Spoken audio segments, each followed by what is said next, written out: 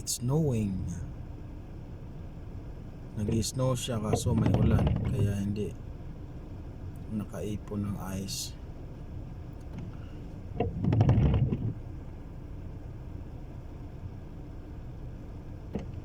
English weather daw ito, English weather. Snow na may kasamang ulan. Snow in the rain.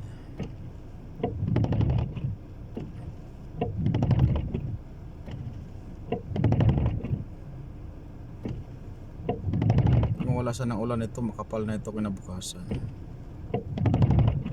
Tunaw siya kaagad eh, may ulan eh.